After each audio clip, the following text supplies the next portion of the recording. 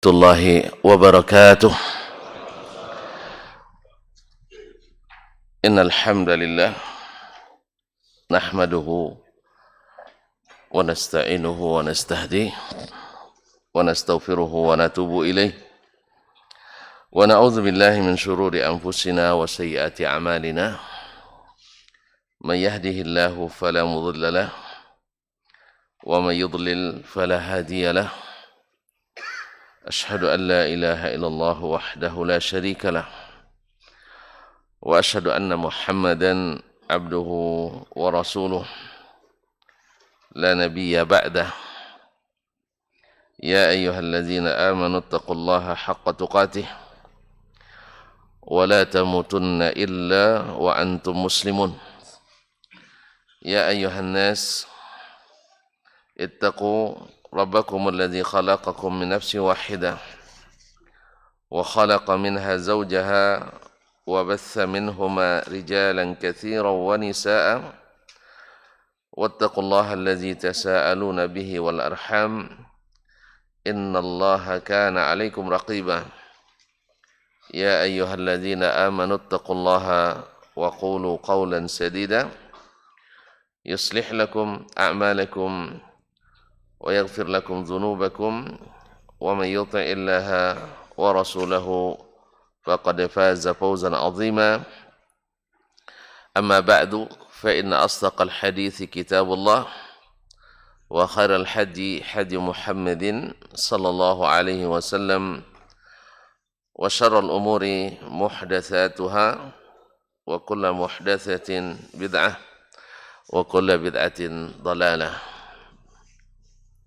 Bapak dan ibu-ibu, saudara-saudara dan saudari, serta adik-adik dan anak-anak, kaum muslimin dan muslimat, alim ulama, cerdik pandai, tokoh masyarakat, tokoh adat, yang hadir di Masjid Zaid bin Thabit radhiyallahu anhu Pekanbaru ataupun yang menyaksikan melalui media atau mendengarkan melalui radio 91,1 FM Rabbani dimanapun berada.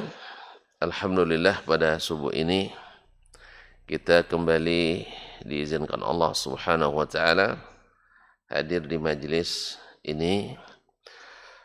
Mudah-mudahan menjadi salah satu ladang kita untuk menuai pahala, meningkatkan iman, menambah ilmu. Sehingga dengan demikian semakin dekat kita dengan Islam, semakin cinta kita kepada syariatnya, dan semakin rindu kita bertemu dengan Allah Tabaraka wa Ta'ala.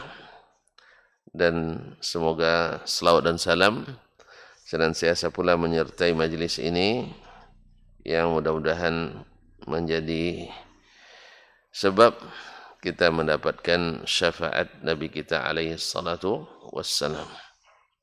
Ma'asyarul kiram dirahmati Allah, kembali kita melanjutkan dengan Imam Asy-Syafi'i rahimahullah, masih dalam bab atau tentang masalah al-li'an yang kemarin beliau jelaskan dari bab al-fara'id allati anzalallahu nassan, tentang kewajiban-kewajiban yang Allah turunkan secara nas. Berkata Imam Asy-Syafi'i rahimahullah tentang qala wa fil ajlani, ini sudah kemarin kita ulang secepatnya. Berkata beliau wa fil ajlani wa zaujatihi unzilat ayatul li'an. Pada al-ajlani yaitu Uwaimir ibn Zaid al-Ajlani dan istrinya diturunkan ayat al-li'an. Al-li'an sudah kita jelaskan kemarin dan Allah sendiri yang jelaskan ayat, yaitu seorang laki-laki menuduh istrinya melakukan perbuatan tidak senonoh, tapi dia tidak punya saksi. Saksi, Pak. Nah, bukti mungkin ada, tapi saksi tak ada. Tak ada saksi, maka dia bersumpah 4 kali bahwa dia itu benar dalam menuduh. Dan yang kelima, dia bersumpah atas nama Allah bahwasanya laknat Allah kepadanya seandainya dia berbohong. Nah, dalam hal seperti ini wanita itu tinggal memilih antara mengakui yang konsekuensinya hukum had berlaku karena dia sudah istri orang berarti rajam sampai mati. Kadang orang mendengar itu kan takut dia, maka dia boleh untuk bersumpah 4 kali bahwasanya suaminya itu bohong dalam menuduh. Dan yang kelima, Allah murka kepadanya jika suaminya itu benar. Nah, di sini juga Imam Syafi'i tunjukkan pada kita bahwasanya Nabi tidak menjatuhkan hukuman dengan indikasi-indikasi. Karena Allah menyuruh dengan saksi-saksi.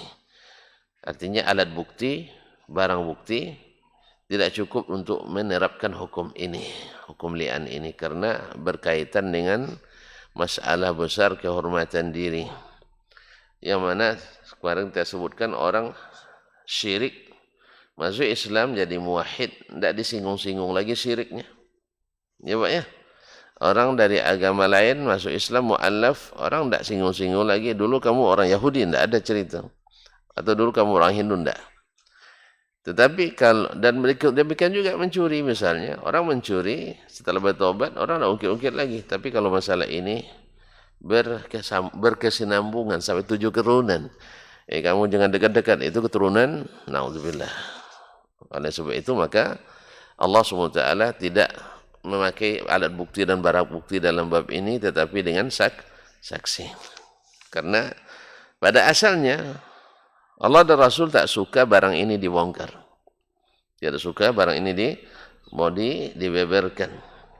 Dan kalau bisa, tidak usah dilaporkan, tapi bertaubat kepada Allah taubatan nasuha. Segala yang Allah tutupi, tutuplah. Dan pada umumnya orang melakukan ini dalam keadaan tertutup. Dan di saat dia tidak taubat, bertaubatlah. Bertaubatlah. Sebagaimana dalam kisah Ma'iz Al-Ghamidi, dia datang mengadukan dirinya kepada Nabi SAW. Nabi tidak suka. Tapi karena dia serius nak membersihkan diri, maka akhirnya laporannya dieksekusi setelah terbukti, atau bukan terbukti, setelah dia mengakui. Setelah dia mengakui, Nabi mencoba untuk dia mengelakkan. Jangan-jangan kamu hanya sekedar memandang. Tidak Rasulullah, jangan-jangan sekedar memegang. Tidak. Nah, terus lagi. Saya membuat sesuatu dengannya seperti suami berbuat pada istrinya. Kamu gila atau apa? Tidak. Kamu mabuk juga tidak. Akhirnya Nabi SAW dirikan had. Ma'asyarul kiram dirahmati Allah. Berkata Imam Syafi'i, "Fahakal li'ana bainahuma Sahl bin Sa'd as-Sa'idi." Li'an antara keduanya, Uwaimir dengan istrinya ini, Al-Ajlani, Uwaimir Ajlani dengan istrinya diceritakan oleh Sahal bin Sa'd as-Sa'idi, sahabat Nabi SAW. Wa hakahu Ibnu Abbas, dan juga dihikayatkan oleh Abdullah bin Abbas. Wa hakam Ibnu Umar hudhara li'an, dan Abdullah bin Umar radhiyallahu anhum ajma'in juga menghadiri terjadinya li'an inda Nabi sallallahu alaihi wasallam, di sisi Nabi atau bersama Nabi alaihi salatu wasallam. Fama haka minhum wahidun kaifa lafdhun Nabi sallallahu alaihi wasallam fi amrihima bil li'an. Tidak seorang pun dari mereka, baik Sahal bin Sa'ad as-Sa'idi, Abdullah bin Abbas, Abdullah bin Umar, tidak satu pun mereka menceritakan kaifa lafdhun Nabi sallallahu alaihi wasallam fi amrihima bil li'an. Bagaimana lafaz instruksi Nabi sallallahu alaihi wasallam tentang perintah atau perintah kepada mereka berdua untuk melakukan li'an. Tidak disebutkan. Mereka hanya menyebutkan terjadi mula'anah. Bagaimana Nabi mengatakan katakan ini, tidak ada diceritakan oleh para perawi. Waqad hakau ma'an ahkaman li Rasulillah sallallahu alaihi wasallam laisa nassan fil Quran. Padahal mereka menceritakan bersamaan dengan itu hukum-hukum yang ditetapkan oleh Rasulullah tidak dijelaskan secara tekstual dalam Al-Quranul Karim secara nas. Minha tafriquhu bainal mutala'inain. Di antara hukum yang mereka nukil dari Nabi sallallahu alaihi wasallam yaitu Dan tidak terdapat hukum ini dalam Al-Quran secara nas adalah tafriquhu bainal mutala'inain. Yaitu Nabi memisahkan antara suami dan istri yang sudah saling melaknat. Kalau sudah saling melaknat, tidak ada lagi nikmat. Nah, gitu kan? Karena sudah saling melaknat. Tidak ada lagi nikmat itu. Iya tak? Karena sudah saling mencurigai. Tidak mungkin.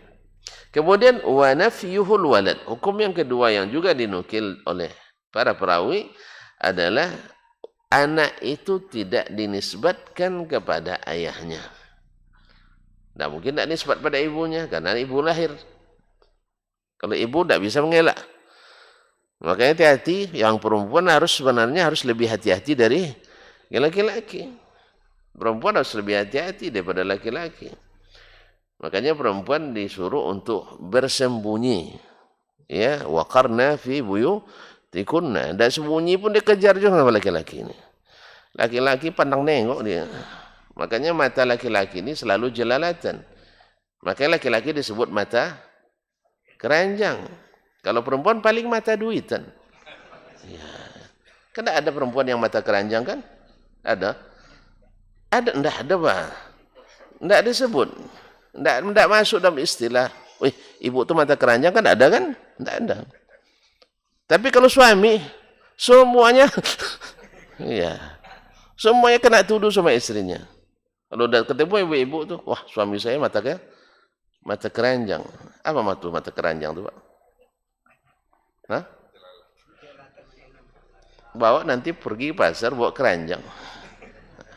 Itu nampak semua pun itu. Masyaallah kiram. Makanya disebut oleh orang ketika terjadi musibah meninggal istrinya, kalau suami nangisnya nutup mata dia. Nutup mata. Apa sebab? Dosanya banyak di mata. Itu pun masih juga sambil melihat juga. Tidak tutup rapat gini deh. Melihat lagi mana gantinya. Tapi kalau yang perempuan dosanya banyak di mulut memang. Karena cakapnya lebih banyak. Makanya ketika menangis perempuan nutup mulut banyak. Jelas itu pun masih juga ngomel-ngomel. Tambah dosa lagi. Coba deh. Jadi laki-laki dapat musibah meninggal istrinya nangis-nangis sambil nutup mata. Itu pun sambil melihat yang calon-calon yang lain. Kan dosa lagi kan? Ya. Perempuan gitu juga ketika dapat musibah meninggal suaminya nutup mulut. Itu pun masih meratap juga. Dosa lagi. Masya Allah. Baiklah kaum muslimin dan muslimat dirahmati Allah. Jadi wa nafyuhul walad, dan anak tidak dinisbatkan kepada suami. Berarti nasabnya tidak sabit. Ke istri tidak mungkin tidak, karena dia yang melahirkan. Ya, pasti karena dia melahirkan. Oleh itu kaum muslimin dan muslimat. Wa qawluhu in ja'at bihi hakadha fahuwa lilladhi yattahimu. Perkataan Nabi SAW, bila perempuan ini mendatangkan anak, maksudnya melahirkan, hakadha, seperti orang ini, yakni seperti sifat orang yang dituduh, fahuwa lilladzi yattahimu. Berarti dia bibitnya dari orang yang tertuduh. Ini kan indikasi ini kan? Ini indikasi, tapi tidak bisa jadi saksi dan tidak bisa menjadi pengakuan. Alat bukti namanya itu barang bukti. Nah, yang ngerti hukum. Ini barang bukti atau alat bukti? Anak. Nanti belajar hukum lagi gitu, hukum pidana. Nah. Hah? Barang bukti, taib. Memang orang barang ya, Pak ya. Taib dalam ilmu hukum, taib. Barang bukti. Tetapi barang bukti ini tidak cukup. Maka Nabi katakan, faja'at bihi al-sifah. Lalu datang atau lahir anak dari perempuan itu seperti sifat yang sebut Nabi alaihissalatu wassalam. Wa qala, lalu Nabi berkata, inna amrahu labayyin. Sebenarnya urusannya sudah jelas ini perkaranya. Laula ma hakallah. kalau bukan karena Allah menghikayatkan hukum tentang masalah ini dengan mula'anah. Andainya bukan karena hukum yang telah Allah tetapkan dalam Al-Quran, bila seorang suami menuduh istrinya melakukan perbuatan serong atau tidak senonoh dengan laki-laki lain, maka alat bukti atau barang bukti ini sudah cukup menjelaskan. Ya biasanya ayah kalau tidak ikut ibu ikut anak maksud saya. Anak lah biasanya kalau tidak mirip ayahnya, mirip ibunya. Nah ternyata tidak mirip ibunya, tidak mirip ayahnya. Berarti mirip siapa? Iya, mirip dengan tertuduh. Ini kan jelas nih, barang bukti yang jelas. Tapi Nabi tak lakukan itu. Ya berarti tidak etis dong. Tidak logis. Masalah agama bukan masalah logis, tidak logis. Ini hukum Allah tabaraka wa ta'ala. Ini hukum Allah tabaraka wa ta'ala. Seperti kata Ali radhiyallahu ta'ala anhu, "Lau kana ad-dinu bil aqli lakana mashu asfalil khuffaini aula min mashi a'lahuma." Andainya agama ini main akal-akalan, harus semuanya dengan logis dan tidak logis, maka menyapu bagian bawah sepatu itu lebih utama daripada mengusap yang di atasnya. Maka Nabi katakan, "Inna amrahu labayyinun laula ma hakallah." Sesungguhnya urusannya sudah jelas kalau bukan karena apa yang Allah hikayatkan dalam Al-Quran. Di dalam naskah lain hakam Allah, tetapi riwayat Al-Bukhari mendukung apa yang disebutkan oleh Syekh Ahmad Syakir di sini dalam seperti naskah asal. Wa hakam Ibnu Abbas, dan Ibnu Abbas radhiyallahu ta'ala anhu menceritakan anna Nabi sallallahu alaihi wasallam qala indal khamisah, Nabi sallallahu alaihi wasallam berkata di saat laki-laki itu bersumpah yang kelima, anna la'natallahi 'alaiha in kana minas sadiqin. Afwan. Anna la'natallahi 'alaihi in kana minal kazibin. Bahwa hentikan itu, fa innaha mujibah, karena sumpah ini mujibah, artinya sumpah itu kalau benar yang dituduh maka terlaknatlah yang bersumpah yang menuduh. Kalau benar yang menuduh maka murka Allah kepada yang tertuduh. Maka Nabi hentikan, tetapi tetap dilakukannya karena keyakinannya. Nah, fastadlalna, dengan itu kita mengambil dalil ala annahum la yahkuna ba'da ma yuhtaju ilaihi minal hadis. Dengan ini kita mengambil dalil bahwasanya mereka para sahabat tidak menceritakan sebagian yang dibutuhkan dari hadis itu. Wa yada'una ba'da ma yuhtaju ilaihi minhu, dan mereka tinggalkan sebagian yang dibutuhkan kepadanya dari hadis itu karena menurut mereka tidak penting. Artinya cukup dengan Al-Quranul Karim dalam bab itu.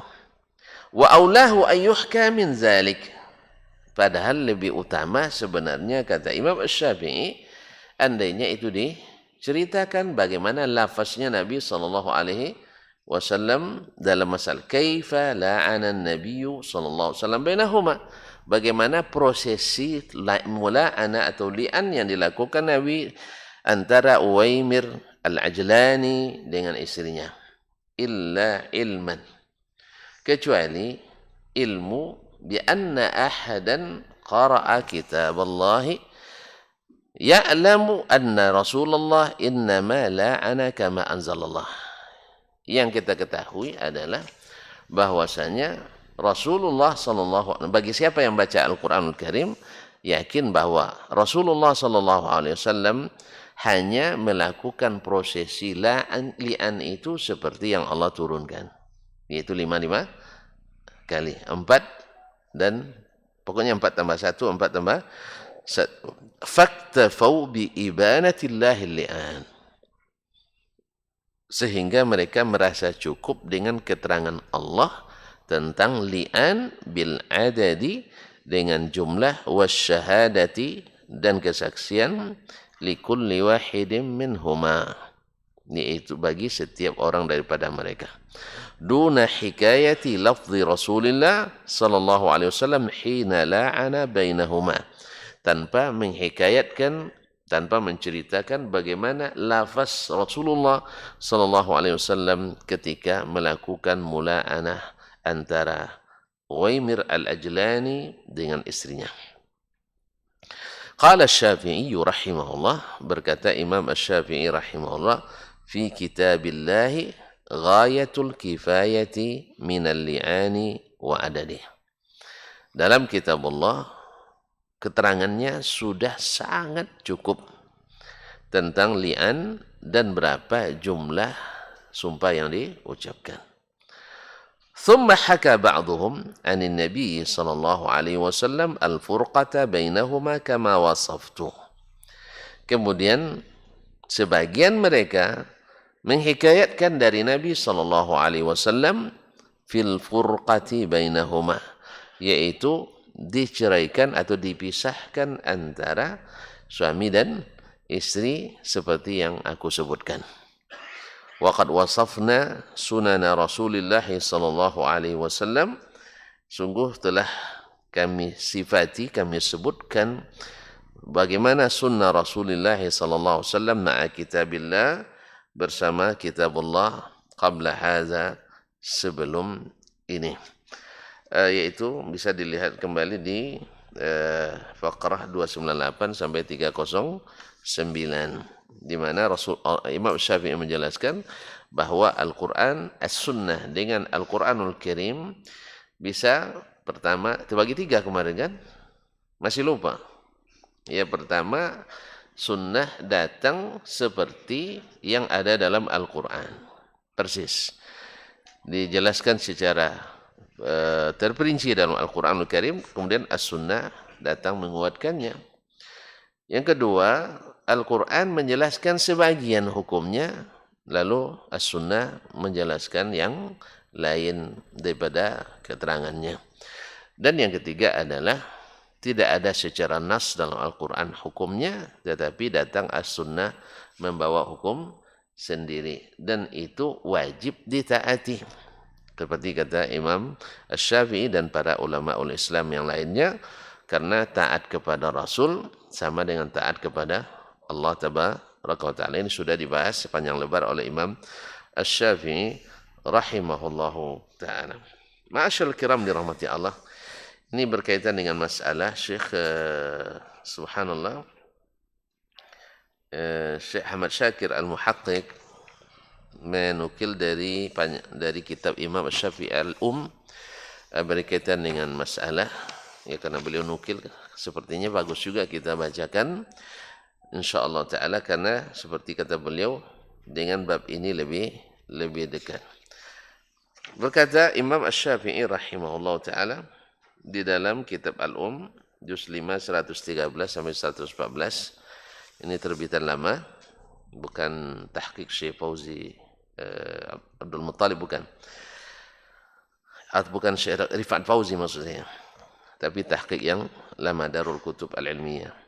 Qala Asy-Syafi'i, berkata Imam Asy-Syafi'i rahimahullah, fa fi hukmil li'an fi kitabillah, tentang hukum li'an dalam kitabullah, thumma sunnati Rasulillah, kemudian sunnah Rasulullah sallallahu alaihi wasallam, dalail wadihah, terdapat dalalah yang jelas. Yanbaghi li ahli ilmi ay yantadibu bi ma'rifatih, mesti ulama untuk sama-sama mempelajarinya, bergiat mempelajarinya. Thumma yataharraw ahkam Rasulillah sallallahu alaihi wasallam fi ghairihi ala mithalih, kemudian mereka dengan sungguh-sungguh dan teliti hukum-hukum Rasulullah sallallahu alaihi wasallam dalam masalah lain semisalnya.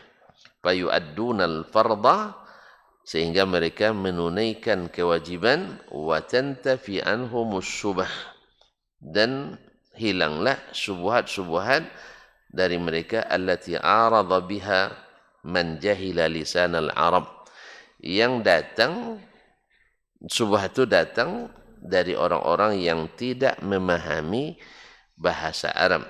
Wa ba'dhas sunan, dan sebagian sunnah Nabi SAW. Wa ghabiya an mawdi'il hujjah, dan tidak mampu menentukan di mana hujjahnya. Minha, di antaranya, anna Uwaimiran sa'ala Rasulullah sallallahu alaihi wasallam an rajulin wajada ma'amratihi rajulan. Bahwa Uwaimir al-Ajlani yang tadi disebut dalam kasus mula'anah bertanya ke Rasulullah sallallahu alaihi wasallam tentang seorang laki-laki menemukan bersama istrinya laki-laki lain. Jadi dia tidak menyebutkan dia sendiri. Kan biasa orang bertanya masalah sensitif itu nyebut orang lain. Semisal Ali bin Abi Thalib radhiyallahu anhu misalnya, kuntu rajulan mazza'an fastahyaitu an as'ala Rasulullah sallallahu alaihi wasallam fa amartu al-Miqdad ibn Amr ila akhir al-hadis. Ali bin Abi Thalib berkata, saya dulu tuh suka atau sangat sensitif, selalu mengeluarkan mazi, artinya cepat apa bahasa kita, cepat timbul hasratnya, sehingga ya maklumlah laki-laki kesatria. Memang Ali bin Abi Thalib adalah laki-laki kesatria, suami idaman memang Ali bin Abi Thalib radhiyallahu anhu. Tapi saya malu bertanya ke Rasulullah tentang hukumnya. Maklum menantu, kalau dulu anak paman tidak masalah kan, sekarang sudah jadi menantu, agak malu dia, maka dia minta Miqdad. Nah, ini dipahami oleh Nabi. Uwaimir juga bertanya tentang masalah yang belum terjadi. Fakariha Rasulullah sallallahu alaihi wasallam al-masail, sehingga Rasulullah tidak suka pertanyaan itu sebenarnya. Jadi sebenarnya kaum muslimin dan muslimat dirahmati Allah, dari satu sisi ya dalam masalah fikih misalnya kita bangga dengan sebagian apa yang dikatakan oleh para ulama, khususnya ahlul ra'i min ahlil Kufah seperti mazhab Abu Hanifah. Mereka sudah membahas sesuatu yang belum pernah terjadi, yakni minal iftiradat al-fiqhiyah. Kalau terjadi beginilah hukumnya. Ya. Ada yang benar, ada yang keliru. Cuman masalahnya ketika masalah itu sudah tertanam dalam jiwa, susah untuk dihilangkan. Ya, sekarang orang kalau sudah terlanjur misalnya terlanjur berkeyakinan tertentu, meyakini hal tertentu, akan susah untuk dicabut. Makanya Nabi SAW tidak suka masail. Lihat kan dari Imam Ahmad dan semisalnya.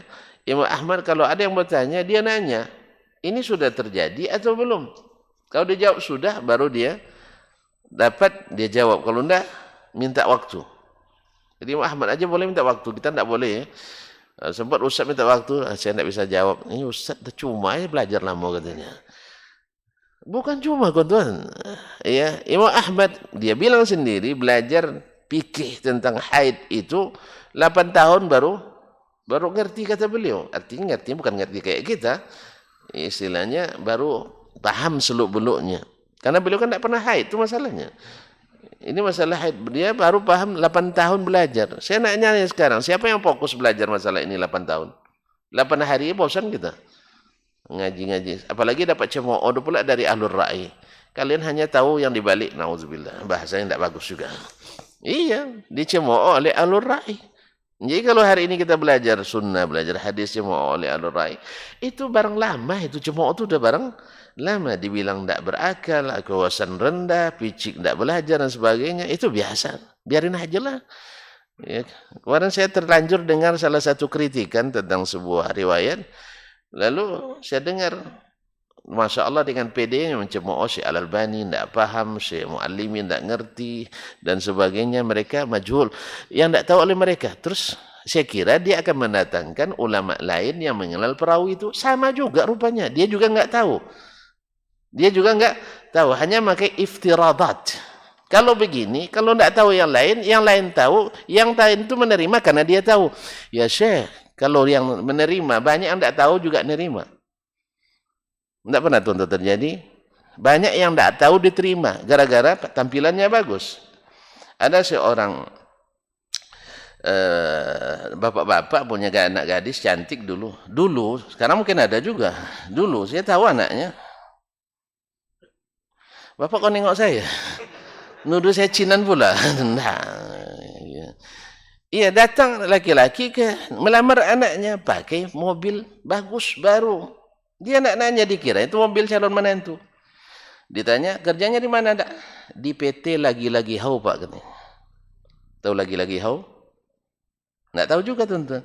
Ya kalau dapat menantu bawa mobil baru, calon ya, ganteng pula orangnya. Kerja di PT waktu itu. Ya tahun 90-an kerja PT, Bang, tahu lah, Bang. Dikiranya PT Chevron, PT Caltech Pacific misalnya. Akhirnya diterima lah. Ternyata mobil rental. Yang kedua, PT Lagi-Lagi Hau itu adalah dia stoker. Lagi, Hau. Itu rupanya. Jadi tertipu oleh tampilan. Jadi yang seperti ini tidak bisa dipakai. Atau antum katakan, kan dia bilang sami'tu, saya mendengar.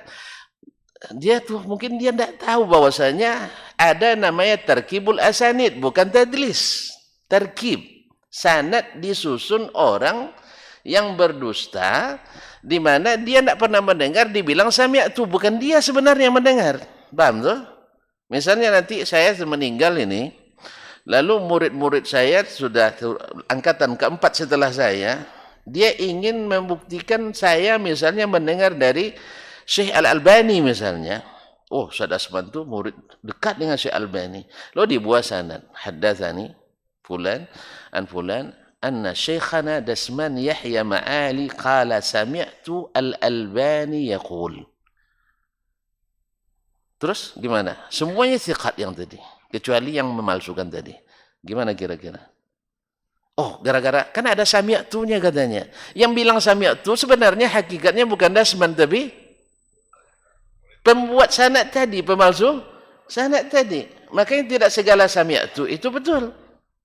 Andainya dia memang thiqah, Dasman memang uang siko. Iya, memang uang siko memang. Dan hidup di zaman Syekh Albani masih hidup dan pernah ke Arab. Indikasinya benar. Kemungkinan dia bertemu di musim haji atau dia pergi ke Jordan dan sebagainya. Iya kan? Ada kemungkinan? Ada. Tapi pasti belum. Nah, yang seperti ini oleh ahli hadis tidak bisa dihukum pasti. Karena hukum asalnya tidak ada riwayat. Sampai ada bukti. Kata kalimat sami' itu bisa dari pemalsu tadi. Awalnya berharap dia tahu, ternyata sama juga. Dia sudah, Masya Allah, semangat mengatakan, yang tidak tahu kan Al-Albani. Siapa Al-Albani? Yang tidak tahu kan Abu Alimi. Semuanya Syekh Wahabi katanya. Awak berharap nanti ada syekh lain yang mengenal itu. Ternyata sama juga. Jadi sami mawon, percuma dengarnya. Percuma dengar. Awak berharap dapat ilmu baru, bagus kan. Upanya dapat subuhat baru. Tapi yang suka, hilang patuh deka. Ya, yang mendengar lebih tidak paham lagi, makanya nggak sorak-sorak juga. Mantap tuh Gus. Nah, terus gempur Wahabi itu katanya. Ya, bahasanya gitu semua. Jelas ya? Bahasa iftiradat. Iftiradat, kalau begitu mesti begini, kalau begini mesti begitu. Itu tidak ilmu. Itu hanya kira balik lagi kira-kira. Padahal memang dia mengkritik, saya memilang ilmu kira-kira. Ternyata juga pakai ilmu kira-kira juga. Jelas ya? Apa yang jelas, Pak? Hah? Nabi tidak suka ilmu kira-kira. Maka Imam Ahmad rahimahullah, kalau ditanya masalah ilmu kira-kira, dia bilang, sudah terjadi atau belum? Kalau sudah terjadi, saya jawab. Kalau sudah tidak, nanti saya coba cari jawabannya atau cari yang lain. Dan kalau belum, jangan ditanya dulu. Nanti kalau terjadi, pasti ada ulama yang akan menjawabnya. Jelas? Jadi beliau tidak menjawab seperti itu. Nah, ini dari siapa? Dari baginda Rasulullah SAW seperti diingatkan oleh Imam Syafi'i. Berarti kan dibaca ini bagus rupanya. Maka Syekh Ahmad Syakir bukan orang biasa ya. Adalah salah seorang muhakkik terbesar di abad ini, lahir dari Mesir, rahimahullahu rahmatan wasi'ah. Qala faqariha Rasulullah sallallahu alaihi wasallam al-masail. Rasul enggak suka al-masail, yaitu membahas sesuatu yang belum, menanyakan sesuatu yang belum terjadi. Naam. Taib wa dzalika anna Uwaimiran lam yukhbirhu anna hadhil mas'alah kanat. Sebab Nabi mengira itu sebab Uwaimir tidak memberitahukan masalahnya berkaitan dengan dia pada awalnya. Maka Nabi tidak suka. Tapi kalau dia bilang, Rasulullah, saya melihat istri saya, Nabi tidak, masa baru dijawabnya? Tidak. Tapi di awalnya dia bilang, Rasulullah, andainya ada orang melihat istrinya bersama laki-laki lain, ya, bagaimana Rasulullah? Maka Nabi, jangan kamu mengada-ngada, jangan mengada-ngada, sebab dilarang mengada-ngada, bertanya-tanya, tiba-tiba gara pertanyaan itu kita dapat turun hukum yang memberatkan bagi umat. Nah, berkata Imam Asy-Syafi'i rahimahullah, waqad akhbarana Ibrahim ibn Sa'ad, sesungguhnya telah menceritakan kepada kami Ibrahim ibn Sa'ad, itu Ibrahim ibn Sa'ad ibn Ibrahim ibn Sa'ad bin Abi Waqqas, an Ibn Syihab, dari Ibn Syihab Abu Bakar Muhammad ibn Muslim ibn Ubaidillah ibn Abdullah ibn Al-Harits ibn Hisham bin Syihab Az-Zuhri, yaitu salah seorang ulama besar tabi'in yang pertama mengumpulkan hadis secara besar-besaran atas perintah resmi Amirul Mukminin Umar bin Abdul Aziz alaihi rahmatu rabbih. An Amir ibn Sa'ad, dari Amir ibn Sa'ad ibn Abi Waqqas, an abihi, dari bapaknya Sa'ad Abi Waqqas, salah seorang dari 10 sahabat yang dijamin masuk surga, dikenal dengan al-asharatul mubasysyirina bil jannah, awwalu ramin sama fil Islam, yang pertama melepaskan anak panahnya dalam Islam. Anna Nabi sallallahu alaihi wasallam, bahwa Nabi sallallahu alaihi wasallam qala, bersabda, inna a'zamal muslimina fil muslimina jurman man sa'ala an syai'in lam yakun fa hurrima min ajli mas'alatih. Sesungguhnya sebesar-besar dosa seorang muslim kepada muslim yang lain adalah di saat dia menanyakan sesuatu, lalu gara-gara pertanyaannya itu diharamkan. Lalu gara-gara pertanyaannya itu diharamkan. Misalnya, andainya Nabi masih hidup, orang pada main bola, Nabi diamkan. Lalu dia bertanya, ya Rasulullah, ini gara-gara bola ini banyak orang lalai atau berkelahi. Kan hanya berkelahi gara-gara bola kan? Banyak. Lalu turun ayat, jangan kalian main bola. Akhirnya, awak minat main bola, tak tanggung-tanggung kerasnya kan, tiba-tiba datanglah larangan. Nah, makanya pertanyaan seperti ini Nabi tidak suka. Ya. Cuma di zaman Nabi kan tidak ada main bola kan? Kan tidak ada? Ada? Ada apa enggak? Enggak ada, alhamdulillah. Kalau sempat ada dan ditanya haram, ya gawat. Nah, jelas ya? Makanya kalau ada yang fatwakan main bola haram sekarang, kita tanya apa dalilnya? Apa dalilnya? Kalau tidak ada dalil, berarti hukum asalnya boleh. Makanya banyak ustaz yang main.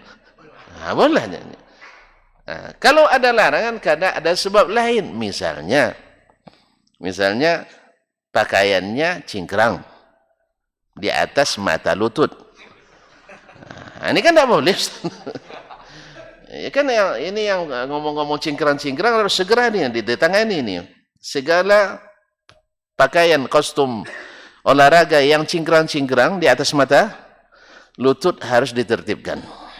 Ya, dikembalikan ke atas mata kaki. Kan ini yang sah sebenarnya. Ini pakaian yang pas di atas mata kaki, bukan di atas mata lutut. Ini semakin perempuan semakin perempuan semakin antum macam tak tahu aja. Ya, semakin perempuan semakin ke atas kain olahraganya, iya kan? Semakin payah saya nyebutnya. Betul-betul paham kan? Tidak usah lanjutkan. Nah, ini harus ditertibkan. Ya, harus ditertibkan. Seharusnya kan perempuan itu semakin tertutup. Ya, makanya harus ada hall tertutup. Kalau perempuan juga harus ikut dalam turnamen itu, buat hall tertutup. Ini enggak sengaja pula penonton laki-laki, juri laki. Tentu Allah musta'an. Kaum muslimin dan muslimat dirahmati Allah. Jadi kalau ditanya lalu diharamkan gara-gara itu, ini adalah pidana besar bagi seorang muslim. Maka Nabi tidak suka kalau sesuatu dibiarkan ditanyakan. Kecuali yang jelas-jelas sekali mudaratnya. Nah, di saat Uwaimir datang ke Nabi, dia bilang, ya Rasulullah, seandainya ada laki-laki melihat istrinya dengan seorang pun, Nabi, jangan berandai-andai. Wa akhbarana Ibnu Uyainah an Ibnu Syihab an Amir bin Sa'ad an abihi an Nabi sallallahu alaihi wasallam mithla ma'nahu. Dan Ibnu Uyainah itu Sufyan bin Uyainah Al-Hilali Al-Muhammad Al-Makki, imamu ahli Hijaz wa muhaddits wa faqih, an Ibnu Syihab dari Ibnu Syihab an Amir ibn Sa'ad ibn Abi Waqqas an abihi dari bapaknya Sa'ad bin Abi Waqqas radhiyallahu anhu, an Nabi sallallahu alaihi wasallam dari Nabi sallallahu alaihi wasallam mithla ma'nahu, sama dengan makna hadis di atas. Qala Allah azza wa jalla, berkata Imam Syafi'i, Allah Subhanahu wa taala berfirman, la tas'alu an asya'a in tubda lakum tasukum. Jangan kalian nanya-nanya sesuatu, nanti kalau dijelaskan menyusahkan kalian. Ini boleh juga berlaku, tuan-tuan. Kita misalnya di kantor, tempat pekerjaan, berlaku suatu kebiasaan yang baik, misalnya bukan kebiasaan yang buruk. Misalnya pemilik atau direkturnya mengatakan dilihatnya yang sarapan di kantor, dia diamkan aja. Yang penting bersih kan. Yang misalnya azan sebelum azan 10 menit dia pergi ke masjid atau musalla, dia diamkan. Ya, jalankan aja lah. Semuanya kan boleh. Makan masa tidak boleh di kantor? Tidak ada teguran kan? Jangan coba-coba nanya. Nanti setelah ditanya keluar aturan. Ini dosa kita. Besok tidak boleh lagi sarapan di kantor. Umawa jauh. Tadi misalnya kalau di sini mungkin mana yang paling jauh Pekanbaru nih? Muara Pajar misalnya kan? Ya, atau di Harapan Raya, kerjanya di Kampar. Itu sarapannya kapan? Tadi kantor. Gara-gara dia yang bertanya, besok tidak boleh lagi sarapan. Ini pernah terjadi nih. Di lembaga internasional, bukan lembaga nasional, internasional. Jadi ada seorang sekjennya waktu itu, saya tidak sebutlah namanya biar tidak riba kita. Ya, tidak sebut juga lembaganya apa kita. Jadi ketika dia jadi sekjen, dia militer memang, dia jenderal dia memang. Jadi jenderal-jenderal ini kan orangnya kan Masya Allah, disiplinnya luar biasa. Sedangkan dia yang dipimpin sekarang orang biasa, harusnya jangan pakai luar biasa. Ini harus bedakan di saat yang disuruh itu prajurit, tentara, mereka memang bisa pakai pakaian sambil berlari. Kalau kita enggak, pakai pakaian sambil berdiri sedang juga jatuh. Ya Pak ya? Nah, kalau tentara mau udah terlatih dengan itu, tapi orang biasa mana terlatih. Akhirnya dipakailah dengan sistem tentara tadi. Akhirnya entah ada yang bertanya, mungkin bisa juga melaporkan, ini banyak yang sarapan pagi di kantor. Istilahnya ada bawa di sana ada makanan khusus namanya. Enggak usah lah sebut ya, biar tidak mengerucut nanti tambah-tambah tahu inisial pula nanti. Jadi akhirnya keluar larangan, tidak boleh sarapan di kantor. Harusnya tidak boleh sarapan, misalnya ada waktu istirahat, misalnya jam 9 sampai 9:04 istirahat. Misal, justru jam istirahat yang dulu juga dihapus juga. Coffee break-nya dihapus juga. Jadi sarapan tidak boleh, kemudian istirahat sebentar jam sekian itu setengah jam kerja juga ditiadakan. Gara-gara ada yang bertanya. Padahal sekjen yang lama membiarkan. Karena tidak ada yang bertanya. Akhirnya yang tak sempat sarapan, ya menderitalah dia. Ya menderita. Soalnya sarapan dulu terlambat. Tidak sarapan, lapar. Akhirnya pasal curi-curi. Curi-curi. Gara curi-curi itu kadang-kadang tertumpah pula. Kalau kita makannya terlalu hati-hati tertumpah. Makanya tidak boleh terlalu hati-hati, tidak bagus. Hati-hati boleh memang, tapi terlalu hati-hati karena ketakutan kan. Tambah kotor jadinya. Alhamdulillah untung tidak lama dia, 2 tahun cuma. Nah, ketika diganti sekjen yang baru, belum tentu juga entah apa kebijakan yang jelas seluruh pegawai teriak merdeka. Teriak merdeka. Nah, ini contoh kaum muslimin dan muslimat, sesuatu yang belum ada larangannya dan tetap dibiarkan, jangan ditanya-tanya. Jelas ya? Di rumah juga dengan ayah dan ibu juga seperti itu. Asal baik-baik saja. Tidak ada pelanggaran syariat, tidak ada pelanggaran aturan dan perundang-undangan. Lalu dibiarkan, jangan nanya-nanya.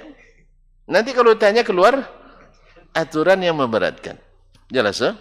Dalam syariat juga seperti itu. Di saat turun wahyu dulu, Nabi tidak suka sahabat banyak bertanya. Sebab takut nanti turun hukum yang memberatkan. La tas'alu an asya'an tubda lakum tasukum. Hai orang-orang beriman, jangan nanya-nanya sesuatu yang bila dijelaskan nanti menyusahkan kalian. Wa in tas'alu anha hina yanazzalul Qur'an tubda lakum. Ketika kalian bertanya, jika kalian bertanya di saat Al-Qur'an turun, akan dijelaskan pada kalian. Afallahu anha. Apa yang itu? Allah maafkan. Jadi kalau seandainya Allah biarkan, Rasul biarkan, laksanakan, itu adalah mu'afat atau yang dimaafkan Allah. Ghaira nisyan, bukan karena lupa, tidak, tapi Allah biarkan. Wallahu ghafurun halim, Allah Maha Pengampun dan Maha Penyantun. Qad sa'alaha qaumun min qablikum thumma asbahu biha kafirin. Sebab orang-orang sebelum kalian dulu banyak bertanya, akhirnya mereka kufur kepadanya. Kufur kepada apa? Karena berat. Karena berat. Dulu ketika Bani Israel disuruh untuk menyembelih sapi.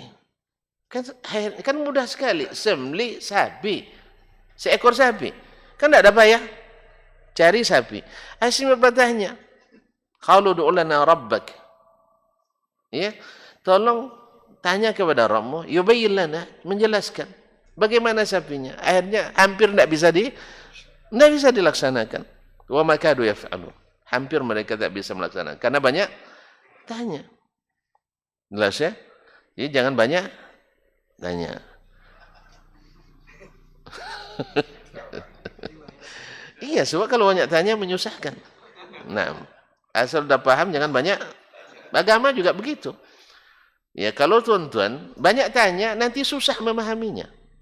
Contoh, Allah bilang Ar-Rahmanu 'ala 'arsy istawa. Allah di atas aras, paham kan? Paham kan? Lalu banyak bertanya, kalau di atas, nah kan itu ya, bertanya lagi, kalau di atas mesti begini. Kan bertanya tuh, akhirnya enggak paham jadinya. Akhirnya Allah tidak di atas aras. Allah bilang di atas aras atau bilang di atas aras. Apa dalilnya? Karena banyak tanya bikin tak jelas. Jelas ya? Maka Allah melarang, Nabi melarang kita banyak tanya kalau sesuatunya sudah jelas. Allah turun ke langit pertama di saat tinggal sepertiga malam terakhir. Nah, kaum muslimin, orang-orang beriman, amanna, sami'na wa ta'na. Amana rasulu bima unzila ilaihi. Jelas ya? Nah, ketika mulai bertanya, bukankah bumi itu bulat, Ustaz? Ya, gimana? Bumi bulat itu gimana? Masalah khilafiyah. Mazhab saya dulu, sampai selesai doktor, bumi bulat. Sekarang udah mulai agak berubah nampaknya dikit. Iya. Terserah nak bulat, atau nak bundar, atau nak peta, atau nak datar, tapi bahasa Al-Quran, bahasa hadis, datar. Antum yakin bulat? Tidak ada masalah. Tapi jangan gara-gara keyakinan yang tidak berdalil itu, antum menolak yang berdalil. Nanti beralasan. Lalu sepertiga malam di sini, sepertiga malam di sana, beda. Di mana bedanya? Di hukum antum. Hukum makhluk berbeda. Jelas kan? Kalau di hukum antum betul, orang Jepang lebih duluan sepertiga malamnya dari orang Indonesia. Di hukumnya kita. Tahu hukum? Kan ada hukum ilmu kan? Jadi dalam ilmu kita, yang berlaku pada kita, Jepang lebih duluan dari kita. Makanya mereka sujud ke Matahari. Nah, karena mereka yang pertama melihat, menurut matahari. Awak kan belaka kan? Untuk apalah sujud katanya. Untung kita diberi petunjuk oleh Allah Subhanahu wa taala. Jelas ikhwan? Jadi hukum kita betul. Tapi apakah antum nak menyamakan hukum Allah dengan hukum kita? Pasti kiasnya ke kita. Bahwasanya sepertiga malam Jepang dengan Indonesia, dengan Amerika berbeda. Bagaimana caranya itu? Karena itu memikirkan berdasarkan hukum manusia, hukum makhluk. Tapi di hukum Allah kan berbeda. Dia yang bilang, Rasulnya yang bilang. Dalam hadis yang di atas puncak maratibus sahih, muttafaqun alaih. Al-Bukhari dan Muslim. Nah, gimana? Karena banyak tanya, akhirnya sulit mengimaninya. Sulit mengimaninya. Padahal sederhana saja. Oke, yang mengatakan bumi bundar. Bumi bundar kan, untuk lihat tuh, yang di atas Rusia kan, di bawah sana Australia. Telepon aja Australia sekarang. Gitu aja kok repot. Tanya ke mereka. Tanya ke mereka. Ya kalau antum tidak percaya bahwa mereka, Allah tidak di atas, gara-gara bumi bundar, atasnya mana? Atas Indonesia atau asal Amerika? Tanya sekarang seluruh dunia, tanya nanti.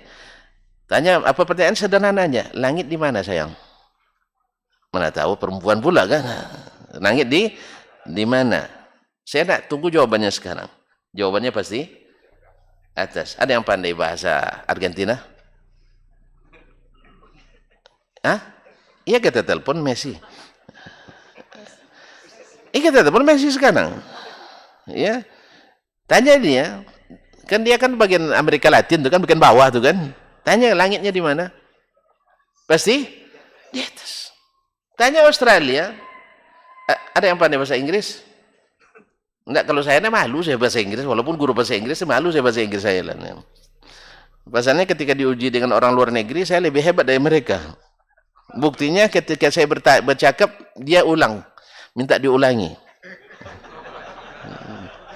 Iya, kalau dia bercakap, langsung saya ngangguk gitu. Tapi pas saya yang bercakap, minta diulangi, kadang sampai 3 kali. Nah, akhirnya saya jadi tidak pede juga bahasa Inggris jadinya gara-gara itu. Dulu pede sekali. Karena memang dulu waktu di pondok, awak pula yang paling jago. Sehingga di daulat jadi guru bahasa Inggris. Rupanya bertemu orang Inggris asli, ya itulah. Awak lebih hebat dari mereka. Akhirnya saya tambah yakin bahwa yang dikatakan guru-guru kami dulu, tidak mesti orang Arab lebih hebat bahasa Arab dari orang Arab. Ini kaidah batil. Ya kaidah batil. Pastilah orang Arab lebih hebat bahasa Arab dari orang Ajam. Lalu jangan bikin contoh-contohnya. Ilmu nahu Sibawahi. Anda bilang Sibawahi itu sejak dia dalam tulang sulbi ayahnya sudah bahasa Arab dia. Paham tuh? Sudah. Jadi Arab itu ada Arabul lisan, ada Arabu al-irq. Ya, ada Arab darahnya, ada Arab lisannya. Tidak bisa disamakan dengan orang yang lada tamat lah pasih bahasa Minang, sudah itu bawa belajar bahasa Arab. Sehingga bahasa Arabnya tapi gaya Minang. Atau Jawa misalnya, bahasa apalagi Ocu kan. Nah, pakai do pula tuh. La donya katanya. Tidak donya itu artinya tuh. Nah mungkin. Jadi bahasa Inggris. Jadi tanyalah sekarang, ya bagi yang mengatakan bumi bundar, silakan tanya di waktu yang sama saat ini. Di mana lah langit? Jawabannya pasti di atas. Terus apa payahnya meyakini itu? Sekarang aja kita yakin ijma' dunia bahwa langit di atas. Tidak usah lebih bicara tentang bumi bundar, bumi datar. Tidak usah bicara itu dulu. Sekarang apakah bumi datar atau bumi bundar? Yang penting seluruh dunia sepakat sekarang bahwa langit di atas. Dan Allah di atas langit. Berarti Allah di atas. Sesuai dengan apa yang dia firmankan. Sesuai yang Nabi SAW ajarkan. Sesuai ijma'nya para sahabat. Sesuainya para a'immah muttaba'in. Dan sesuai dengan fitrah kita. Bahkan telunjuk yang mengingkari selalu nunjuk ke atas. Lisan yang mengingkari selalu mengatakan Allah di atas. Makanya kalau ada yang klaim misalnya sebagian besar umat Islam tidak mengakui Allah di atas, keliru. Ini klaim tidak ada buktinya. Ayo kita bikin angket. 2 miliar umat Islam buat angket. Ya tapi jangan dibisikin, Pak. Kalau pilih Allah tidak di atas, dapat 200.000. Jangan. Kalau pakai gitu tidak sah jadinya nanti. Batal suaranya. Kan kita umumnya kayak gitu kan. Milik ketua RW aja begitu sekarang. Apalagi keyakinan kan. Bapak, nanti tidak ada 2 jawaban, Pak. Allah di atas, Allah di mana-mana, Allah tak bertempat. Pilih yang tidak bertempat ya, Pak. Soalnya kalau pilih di atas nanti Wahabi, Bapak. Takut loh orang. Dibilang iya, tapi kalau bikin begini bunyinya angket 1, Allah di mana-mana, dalilnya Allah tidak bertempat. Allah di atas, dalilnya firman Allah begini, kata Rasulullah. Pasti orang milih yang mana? Perkataan Allah dan Rasul sallallahu alaihi wasallam. Saya yakin alhamdulillah sebagian besar umat Islam masih di atas fitrah. Makanya dimanapun bahasa apapun yang saya ketahui ya, kalau kita Indonesia dah sepakat semuanya itu. Kalau ada yang dapat musibah, kusuk punggungnya, sabar sayang, ya ini sudah ketentuan yang di atas. Tidak ada saya dengar sekalipun, bahkan nenek-nenek yang ngaji di surau-surau itu bilang, dia bilang sabar nak ya, ini sudah ketentuan yang di mana-mana, nggak ada. Padahal ketika ngaji tauhidnya di surau itu, ya kalau yang mengatakan Allah di atas itu mujassimah katanya kan, itu yang ditalkinkan, itu didogma, didoktrinkan di surau-surau, di sekolah-sekolah dulu itu, dan saya menerima itu lama. Nah nengok nilai saya, nah itu yang ditalkinkan. Tapi pas sehari-hari selalu bilang yang di atas, sudah ketentuan yang di atas. Ya mintalah kepada yang maha di atas. Ya. Saya kalau bicara tentang Allah katanya, nunjuknya juga ke atas. Ya bicara tentang masalah Ar-Rahmanu 'ala arsyistawa. Ini kan berkaitan dengan Allah katanya. Ya berkaitan dengan Allah, nunjuknya ke atas. Tidak boleh kita nunjuk katanya. Nya nunjuk tadi. Gigit aja sampai lokem itu. Lisannya di atas, tangannya nunjuk ke atas, hatinya ke atas. Makanya kaum muslimin banyak bertanya itu karena banyak keraguan, bukan karena banyak keyakinan. Masih ingat cerita nenek-nenek di Nisabur atau di Baghdad itu, ketika imam sekelas Al-Fakhrur Razi rahimahullah, kenal? Tidak kenalnya. Imam Ar-Razi, penulis kitab tafsir besar itu. Ya, seorang tokoh waktu itu, tokoh alil kalam, datang diiringi oleh tidak kurang dari 300 murid-muridnya. Masya Allah. Kan tentu besar itu, orang diiringi oleh sejumlah sebesar itu. Awak 30 orang, ya ada bangga. Masya Allah, penuh masjid, pecah masjid Zaid bin Sabit. Berapa yang hadir? 30 orang. Udah hebat juga, enggak, ini 300 orang yang ngikutinya. Apalagi dengan, jadi ada nenek-nenek nanya, ini siapa yang kalian sambut begini nih, meriah sekali. Lalu dia bilang, ada yang bilang, Syekh, nenek nggak tahu, ini imam besar, bisa menetapkan wujud Allah dengan 1000 dalil. Nenek ini masih di atas fitrah, dia bilang, kalau bukan karena di hatinya ada 1000 keraguan, tak perlu 1000 dalil. Ini fitrah masih bersih. Makanya ketika ada yang bertanya kepada seseorang, kepada seorang besar, kalau tidak salah, Az-Zamakhsyari atau Fakhrur Razi juga. Ya imam, orang ini dari Hamazan. Ya, ada Hamazani, ada Hamdani. Ini kadang sering tegak campur oleh orang. Hamdani itu suku dari Hamdan, aslinya kembali ke Yaman. Ada Hamadan, itu nama tempat. Sekarang letaknya di daerah Iran sekarang. Jadi Hamadani, ada Hamdani. Yang ini adalah Al-Hamadani. Dulu adalah negeri sunnah di situ. Sampai akhir abad ke-5, tidak ada campur dengan ilmu-ilmu selain sunnah di sana. Masyaallah kiram. Dia tanya, ya imam, Kan tadi dia jelaskan Allah tidak mungkin di atas. Begini-begini kalau di atas seandainya termasuk mungkin juga bumi bundar disebutkan kan alasannya. Waktu itu tidak ada handphone tuh masalahnya, payah juga dibuktikan. Sekarang kan ada handphone, antum mesti percaya juga. Ya Allah tidak di atas. Tanya aja lah langit tidak di atas. Ma'asyiral kiram dan rahmati Allah. Sebab kalau dalam teori nanti bulatnya berarti langit juga bulat. Berarti yang di bawah sedang Enggak, yang di bawah. Langitnya di mana sekarang? Di bawah malah, mana saya di atas. Ambil bola. Ya. Allah musta'an. Jadi kaum muslimin dan muslimat dirahmati. Dia bilang, "Ya Imam, apa yang membuat kalau Allah kan tidak di atas. Tetapi ketika kita berdoa, hati kita selalu naiknya ke atas." Nah, ahli yang benar-benar ahli waktu itu bilang, "Hayyaranil hamadani, hayyaranil hamadani." Saya bingung dengan pertanyaan orang Hamadan ini, tidak bisa dia jawab. Nah, tapi sekarang sudah dapat jawabannya oleh sebagian, karena kiblat doa itu adalah langit. Apa dalil? Kira.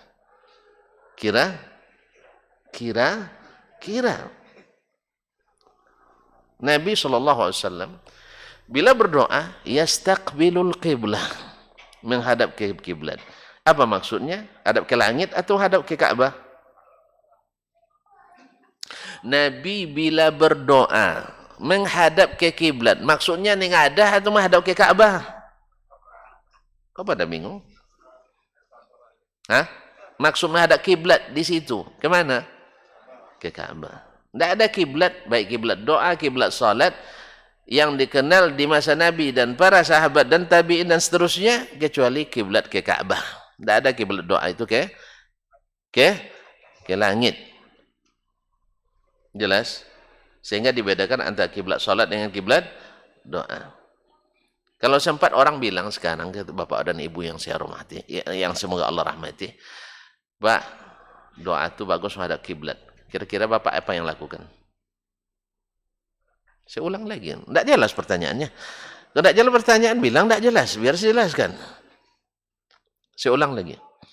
Misalnya, abang berdoa, tidak tahu kiblat arah mana, tiba-tiba berdoa arah ke sana. Datang Ustaz Edi ini, dia bilang, tidak mau dibilang Ustaz, Bob. Nah, Pak, Bang katanya, dia masih muda.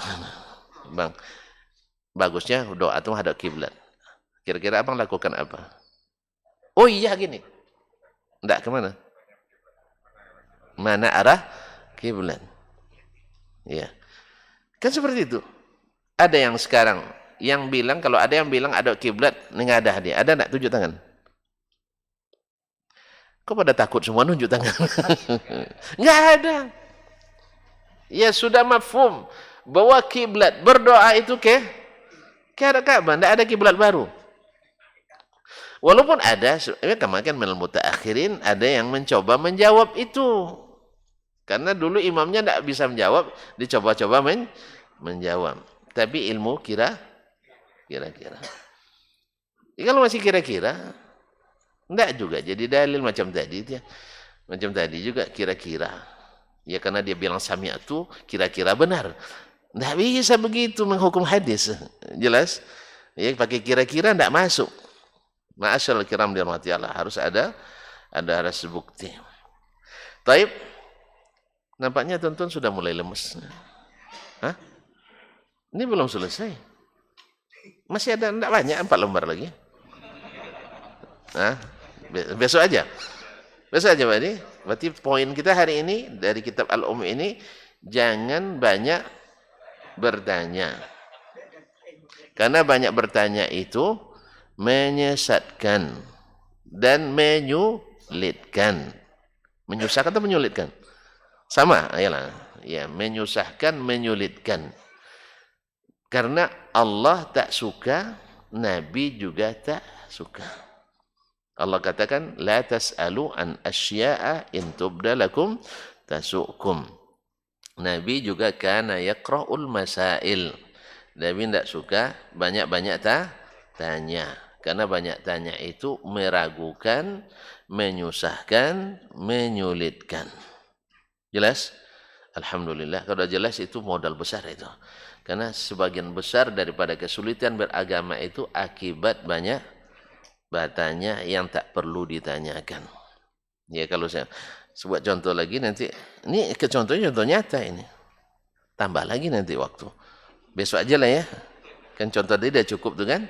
Gara-gara ditanyakan jadi sulit. Dan ketika antum menanyakan itu karena antum membayangkan tadi Allah serupa dengan makhluk. Akhirnya jadi mujassimah kita, jadi musyabbihah kita. Ya kalau bumi itu apa namanya Allah turun kali pertama kan tadi kan sepertiga malam mana yang maksud antum menghukum Allah dengan hukum kita bukan dengan hukumnya sendiri. Allah kan tidak sama dengan makhluk kan, maka jangan serupakan, jangan saya serupakan. Antum otomatis sudah menyerupakan dengan itu karena tidak ada bayangannya. Menolak itu karena terbayang makhluk tadilah, terbayang Jepang makhluk apa tidak ya, terbayang sepertiga malam di Jepang. Dalam hukum orang Jepang dan hukum Indonesia tentu beda. Tapi di hukum Allah bisa sama. Bahwa sepertiga di Jepang dengan sepertiga di Indonesia dengan sepertiga di Amerika bisa Allah kumpulkan dalam satu. Dalam ilmu dia, dalam apa dia. Jelas tuh? Karena Allah kan tak pakai ruang waktu dia. Allah kan tak dihukum dengan ruang waktu. Allah tak dihukum dengan tempat. Karena itu juga kan sama keyakinan kita. Allah tak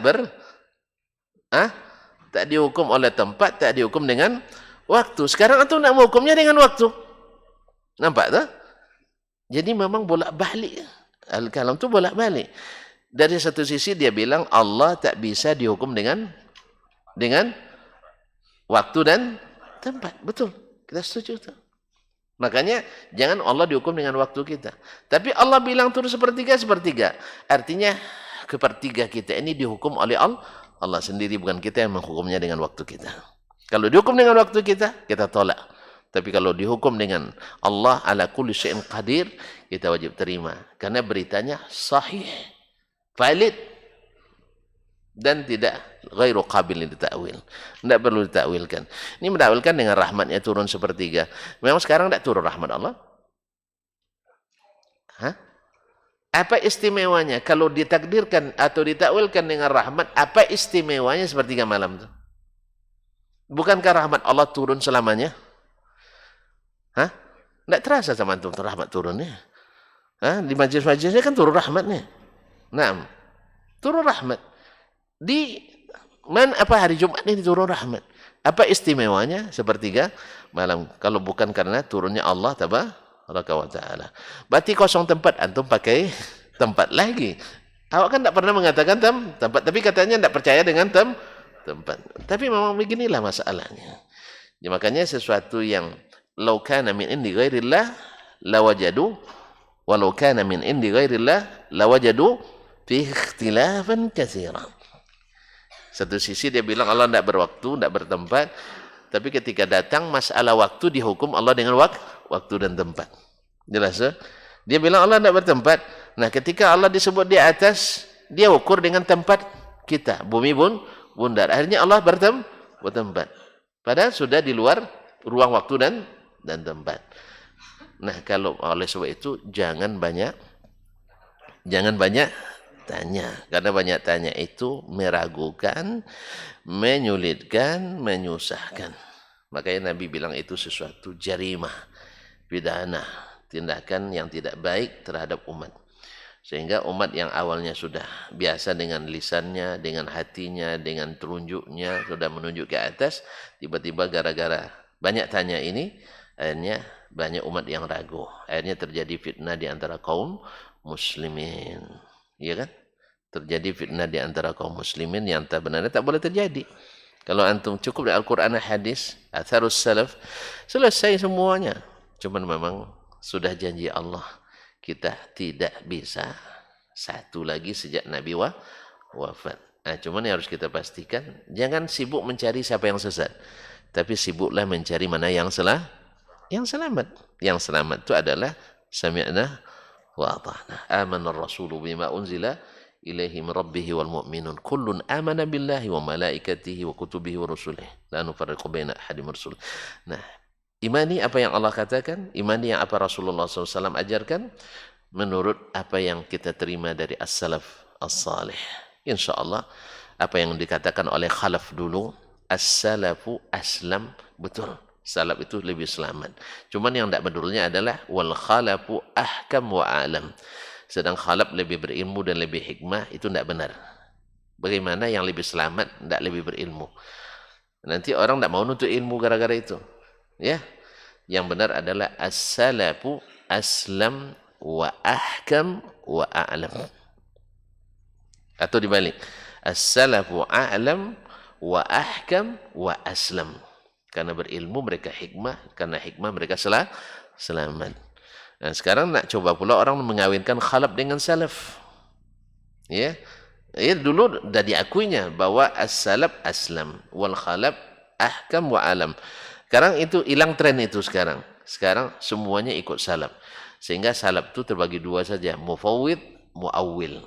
Di mana pula muawwid, muawwil? Itu tanda bahwa tidak berpengalamannya tentang akidah as-salaf. Karena diambil dari saluran-saluran khalaf. Jelas tak? Kan ibarat air bersih tapi masuk paralon yang tidak bersih, keluarnya ya sama. Makanya ambil dari yang aslinya. Jangan ambil melalui paralon-paralon, aliran-aliran yang tidak asli tadi. Ilmu kalam jelas tidak asli kan? Mu'tazilah jelas tidak asli. Ilmu ini filsafat jelas tidak asli. Lalu disaring Al-Quran dengan itu, lahirnya adalah gaya itu. Kan kata orang pepatah kita, bule ayu dek paralon. Dek pembotung. Dulu pembotung namanya. Nah, jadi dibentuklah ayat-ayat dan hadis menurut kaedah-kaedah itu. Padahal kaedah itu bukan dalil. Dia hanya mencoba untuk mengklasifikasikan dalil. Tapi seolah-olah bagi sebagian kaedah lebih tinggi dari dalil. Padahal likulli qa'idatin mustasna. Setiap kaedah itu ada pengecualian. Berarti yang dikecualikan lebih tinggi daripada kaedah.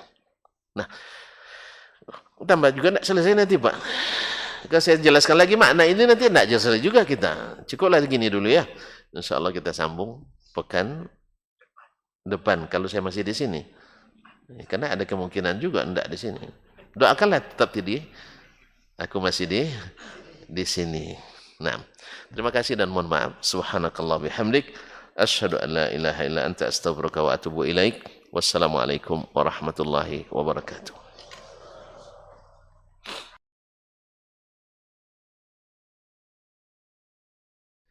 Majtama'a qaumun fi baitin min buyutillah yatluna kitab Allah wa yatadarasunahu fima bainahum illa nazalat alaihimus sakinah wa ghashiyatuhumur rahmah wa haffat bihimul malaikah wa dzakarahumullahu fiman indah. Tidaklah suatu kaum duduk di salah satu rumah Allah membaca ayat-ayat Allah dan sama-sama mempelajarinya kecuali turun kepada mereka as-sakinah, ketentraman dan kenyamanan. Wa ghasyiyatuhumur rahmah, dan mereka diliputi pula oleh rahmat, kasih sayang dari Allah Subhanahu wa taala. Wa haffat bihimul malaikah, dan mereka pun dikelilingi oleh para malaikat. Karena malaikat suka majlis-majlis zikir dan ilmu. Wa dzakarahumullahu fiman indah, dan Allah akan banggakan sebut-sebut mereka di kalangan malaikat-malaikat yang ada di sisinya, di masyarakat atas. Mudah-mudahan kita termasuk yang sering disebut-sebut di sisi Allah, di kalangan para malaikat. Dan di akhir majelis ini mudah-mudahan kita pula mendapatkan seperti yang tersebut dalam hadis qudsi, qumu maghfuran lakum, silahkan berangkat meninggalkan majelis ini dalam keadaan diampuni dosa-dosa kalian.